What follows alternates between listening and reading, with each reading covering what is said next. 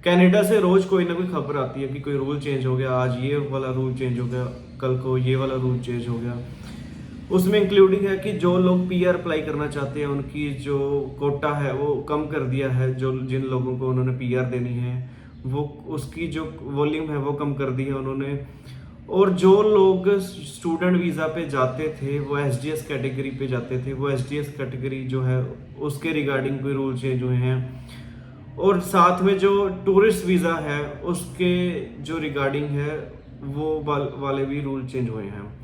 तो आज हम बात करेंगे जो टूरिस्ट वीज़ा के रिगार्डिंग क्या जो सिनेरियो चल रहा है कनाडा का, क्या चीज़ें चेंजेस आ रही हैं, तो उसके बारे में आज बात करते हैं। पहले क्या होता था, प्रैक्टिकल सी बात बताते हैं। पहले क्या होता था, जब भी आप कनाडा का वीज़ा अप्लाई करते थे या तो वीज़ा रिफ्यूज़ल आएगी या तो वीज़ा आएगा, दो ही चीज़ें होती हैं, ये सबको पता है। बट खास बात ये थी कनाडा के वीज़े में और यूएसए के वीज़े में कि जब भी आपका वीज़ा आता था वो 10 साल का मैक्सिमम अप टू 10 ईयर्स या फिर पासपोर्ट की वैलिडिटी का ही वीज़ा आता था कनाडा का, अदरवाइज वीज़ा देते नहीं थी वैसे ही। तो लास्ट ईयर या जन फेब तक तो बहुत सारे वीज़ाज आ रहे थे जिसके पास 5-6 लाख भी फंड्स पड़े हैं, सबके ऑलमोस्ट सबके ही वीज़ाज आ रहे थे। कनाडा वैसे इतनी लीनियंट हो रखी थी कि सबको वीज़ाज ही दे रहे थे। बट उसके बाद फेब के बाद या मार्च के बाद आप कह सकते हैं फेब मार्च में वीज़ाज थोड़े से जो वीज़ा सक्सेस रेट है वो थोड़ा सा कम हो गया था। तो अभी तक बहुत कम सक्सेस रेट चल रहा है कनाडा का। तो हो सकता है कि जो इंडिया और कनाडा की एम्बेसीज में या गवर्नमेंट में आपसी कुछ प्रॉब्लम्स चल रही हैं उसकी वजह से भी हो सकता है, या फिर कनाडा में इलेक्शन है उसकी वजह से भी वो अपनी पॉलिसीज़ में चेंजेस कर रहे हैं। तो आज से लगभग 6 महीने पहले ये चीज़ वैसे मेरे को पता चल गई थी कि जो कनाडा, मतलब पता नहीं चली थी, रूमर्स थे उस टाइम पे कि जो कनाडा है वो अपना 10 साल का मल्टीपल एंट्री टूरिस्ट वीज़ा ख़त्म कर रहा है। मतलब कि जो पहले क्या होता था कि जब वीज़ा आना है तो 10 साल का ही आएगा मैक्सिमम, या फिर पासपोर्ट की वैलिडिटी का ही आएगा।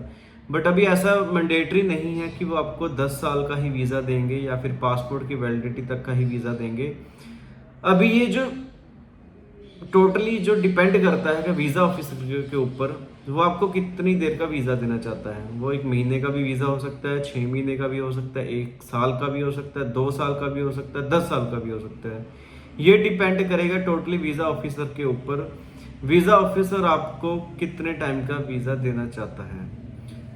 अब इसमें अब सबको नेगेटिव चीज़ें लग रही होंगी कि यार 10 साल का वीज़ा बंद हो गया, दोबारा से वीज़ा लेना पड़ेगा। तो देखो ये चीज़ तो बिल्कुल नेगेटिव है, बट इसमें थोड़ी सी कुछ पॉजिटिव चीज़ भी मेरे को नज़र आ रही है, वो मैं आपके साथ शेयर करता हूँ थोड़ी देर में। नेगेटिव पे भी बात कर लेते हैं कि अभी वो चीज़ें बंद हो गई हैं, वीज़ाज उन्होंने 10 साल का बंद कर दिया है। ये डिपेंड करता है कि आपके सर्कमस्टांसिस क्या है, फाइनेंशियल सर्कमस्टांसिस, आपके फंड्स क्या हैं और आपका पर्पस ऑफ विजिट क्या है वहाँ पे जाने का, कि आप किस चीज़ के लिए जा रहे हो। तो ये भी चीज़ें डिपेंड करती है। मान लो कि आपने किसी काम के लिए जाना है वहाँ पे, जहाँ वहाँ पे हफ्ते का काम है, 1 हफ्ता आप घूमना चाहते हो, या फिर आपका कोई 1 हफ्ते के लिए किसी काम से जाना चाहते हो या किसी को मिलने जाना चाहते हो, या लगा लो कि 1 हफ्ते का आपने वीज़ा कवर लेटर में मांगा कि मेरे को 1 हफ्ता वहाँ पे जाना है। तो पहले 10 साल के वीज़ा आता था या पासपोर्ट की वैलिडिटी का, अब वो हो सकता है 1 हफ्ते का वीज़ा दें, हो सकता है 1 महीने का वीज़ा दे दें वो।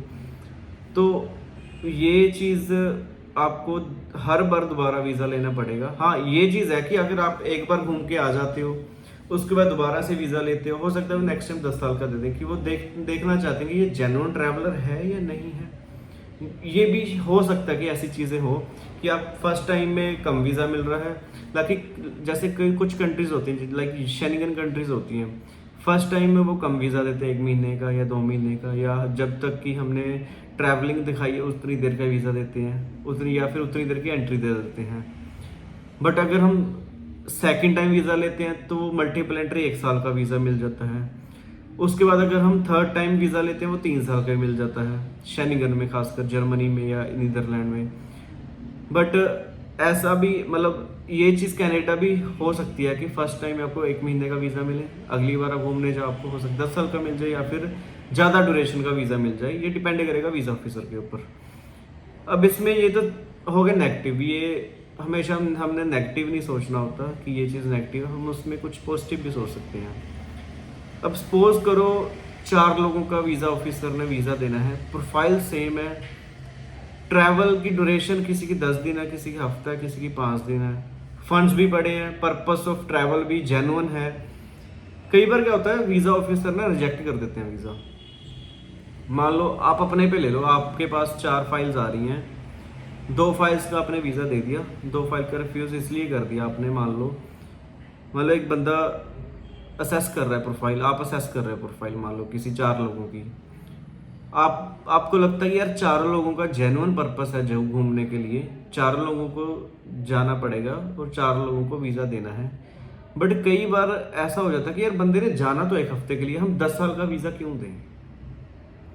ये हो जाता कि मतलब कोई ट्रैवलिंग का 1 हफ्ते का प्लान है किसी का, या 10 दिन का प्लान है, या किसी को मिल के आना, या किसी का बर्थडे सेलिब्रेशन करनी है, या कॉन्वोकेशन पे जा रहे हैं कोई लोग। मान लो वो बंदा 10 दिन के लिए जाना चाहता है और वीज़ा देना पड़ेगा वीज़ा ऑफिसर को 10 साल का। तो कहीं ना कहीं लगता है कि यार हम 10 साल का वीज़ा क्यों दें। तो ये प्रॉब्लम भी आ जाती है। हो सकता है ऐसा, देखो मैं I am not visa officer, या मैं किसी से मेरी बात हुई है, मैं एक जनरली बात कर रहा हूँ, एक पॉजिटिव चीज़ ढूंढने की बात कर रहा हूँ मैं, कि मान लो आप अपने पे ले लेते हैं 10 साल का वीज़ा, इसलिए रिफ्यूज़ हो जाता है कि यार बंदे ने जाना तो 1 हफ्ते के लिए, हम 10 साल का वीज़ा क्यों दें। तो इसमें पॉजिटिव चीज़ ये हो सकती है, मेरे को जो लगता है कि यार मान लो किसी ने 1 हफ्ते के लिए जाना है तो उसको 1 हफ्ते का वीज़ा मिल जाएगा। तो रिफ्यूज़ल के मेरे को लगता है कि चांसेस कम हो सकते हैं इस चीज़ में। हाँ, डिपेंड करता है आपके सर्कमस्टेंसेस क्या है, आपकी ट्रैवल हिस्ट्री क्या है, आपके फंड्स क्या हैं, आपका पर्पस ऑफ ट्रैवल क्या है, आपकी जो भी चीज़ें उन्होंने असेस करनी है वो तो करनी ही है। बट कई बार ना ऐसा हो जाता है कि कोई मान लो सारे कुछ सही भी है बट हफ्ते के लिए जाना है, तो वीज़ा ऑफिस सोचता है यार हफ्ते के लिए जाना है तो 10 साल का वीज़ा क्यों दो इसको। तो इसमें उनको अभी सोचने की जरूरत नहीं पड़ेगी, बंदे ने 1 हफ्ते के लिए जाना, भैया 1 हफ्ते का वीज़ा दे दो इसको, बस जाने दो, 1 हफ्ता घूम के आ जाएगा। मान लो किसी ने एक महीने के लिए जाना है, किसी को 10 दिन के लिए जाना है, तो उनको इतना ज़्यादा सोचने की जरूरत नहीं पड़ेगी। यार एंट्री जाना तो 10 दिन के लिए है, वीज़ा देना पड़ेगा 10 साल का, तो उनको मेरे को लगता है ज़्यादा सोचने की जरूरत नहीं पड़ेगी। 10 दिन का ट्रैवल है तो 10 दिन का वीज़ा दे देंगे, बंदा घूमने चला जाएगा। मेरे को लगता है इसमें ये थोड़ा सा पॉजिटिव हो सकता है कि यार जितना भी बंदा घूमने जाना चाहता है तो उतनी देर का वीज़ा दे दो, घूम के वापस आ जाएगा। तो ये कुछ ना कुछ पॉजिटिविटी मेरे को लग रही है।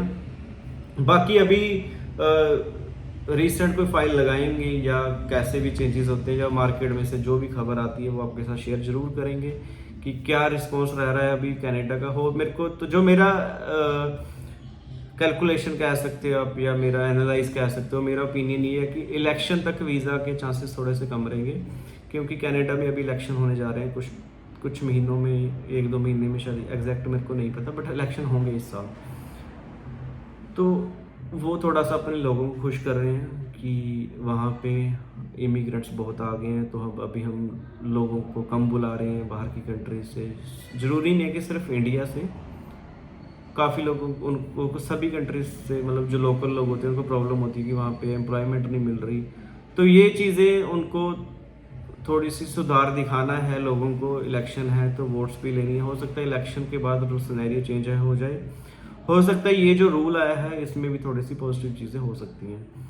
तो तब तक के लिए मेरे को लगता है कि ये मेरा ओपिनियन है, मेरा पर्सनल ओपिनियन है, इसमें मेरी कोई वो नहीं है कि मैं आपको मिसगाइड कर रहा हूँ या मैं सोच रहा हूँ। बट हाँ, ये जो आज बात हुई है कि ये जो वीज़ा चेंजेस आ रहे हैं, मल्टीपल एंट्री 10 साल के में चेंजेस आ रहे हैं, ये 6 महीने का होने जा रहा है। ये रूमर्स थे पहले, ये मेरे को थोड़ा सा इसके बारे में थोड़ी सी चीज़ें पता थी, बट मैंने वीडियो इसलिए नहीं बनाई। लोगों को लगता है कि यार मतलब जब तक कोई ठोस चीज़ ना हो कागज़ों में, तब तक मेरे को लगता है कि वीडियो बनाने का मतलब नहीं है, क्योंकि मेरा न्यूज़ चैनल तो नहीं है कि इधर से न्यूज़ पकड़ी और इधर बता दी। जो प्रैक्टिकल चीज़ है मैं उस पर ही बात करता हूँ ज़्यादातर। हम क्योंकि हम खुद वीज़ा अप्लाई करते हैं तो पता होता है कि क्या चीज़ें चल रही हैं। तो ये थोड़ी सी चीज़ें होने जा रही हैं। आप अपना अगर वीज़ा अप्लाई करना चाहते हो तो आप कर सकते हो, कोई ज़्यादा सोचने वाली बात भी नहीं है कि 10 साल का नहीं वीज़ा मिला, भाई 1 महीने का भी मिल गया, कोई दिक्कत नहीं है, घूम के आ जाओ। 10 साल तो कोई घूमने भी नहीं जाता। और दूसरी बात, 6 महीने से ऊपर तो एंट्री भी नहीं मिलती वहाँ पे। 6 महीने से ज़्यादा तो एंट्री नहीं मिलेगी आपको। 10 साल का वीज़ा है तो भी 6 महीने के अंदर अंदर आपको कनाडा से कंट्री आउट करना होता है। तो अगर आपको 6 महीने का वीज़ा मिल रहा है, मान लो आप अप्लाई करो फर्स्ट टाइम, तो कोई दिक्कत नहीं है। 6 महीने में तो वैसे भी कंट्री आउट करना, तो दोबारा आप अप्लाई कर सकते हो अपना वीज़ा। हो सकता है नेक्स्ट टाइम में ज़्यादा वीज़ा मिल जाए, बट हाँ, अगर आप कनाडा घूम के आते हो तो आपके यूएस के वीज़ाज़ के चांसेस बहुत ज़्यादा होते हैं। अगर आपने अदर कंट्रीज़ में वीज़ा अप्लाई कर रहे हैं तो भी आपके वीज़ाज़ बहुत ज़्यादा चांसेस हो जाते हैं। तो ये आप अपना वीज़ा अप्लाई कर सकते हो। बट हाँ, इलेक्शन के बाद मेरे को ऐसा लग रहा है कि थोड़े से चांसेस ज़्यादा हो सकते हैं। डिपेंड करता है गवर्नमेंट की पॉलिसीज़ के ऊपर। आज की डेट में तो स्ट्रिक्टनेस बहुत हो रखी है, बहुत ज़्यादा स्ट्रिक्टनेस है। तो इतनी सी बात मैं समझाना चाह रहा था। कई लोग पूछ रहे थे कि क्या मतलब चल रहा है टूरिस्ट वीज़ा के बारे में। तो ये टूरिस्ट वीज़ा में जो रिसेंट चेंजेस आए हैं उसके बारे में वीडियो थी। इसके बाद हम वीडियो बनाएंगे कि जो स्टूडेंट वीज़ा में एसडीएस और जनरल कैटेगरी वाला सिस्टम है वो एसडीएस ख़त्म कर दिया है, उसके बारे में वीडियो बनाएंगे। या फिर जो पीआर के लिए है, जो लोग पीआर अप्लाई करना चाहते हैं, चाहे वो इंडिया से हो, चाहे वो विद इन कैनेडा हो, चाहे वो स्टूडेंट वीज़ा पे गए हो वहाँ पे, चाहे कोई भी एप्लीकेंट वहाँ पे वर्क परमिट पे हो, तो उन्होंने जो स्पेशल कैटेगरीज रखी हैं उनके लिए ही वो पीआर का ऑप्शंस ज़्यादा होने वाले हैं कंपैरेटिवली अदर लोगों की। क्योंकि कनाडा ने अभी टोटली कुछ लिमिटेड ऑक्यूपेशंस ही रखे हैं जिसमें वो पीआर देंगे। आने वाले टाइम में वो चीज़ें आपको दिखने भी शुरू हो जाएंगी। वैसे भी आप वेबसाइट पे भी चेक कर सकते हो, कनाडा की वेबसाइट पे सारा कुछ मेंशन है। तो इसके बारे में डिटेल वीडियो बनाएंगे। आप जुड़े रहे चैनल के साथ। शुक्रिया जी। आपको पसंद आती है वीडियोस तो आप शेयर कर सकते हो। अगर आप अपने किसी दोस्त को शेयर करोगे, हो सकता है उसकी कोई हेल्प हो सके। तो मिलते हैं अगली वीडियो में। धन्यवाद।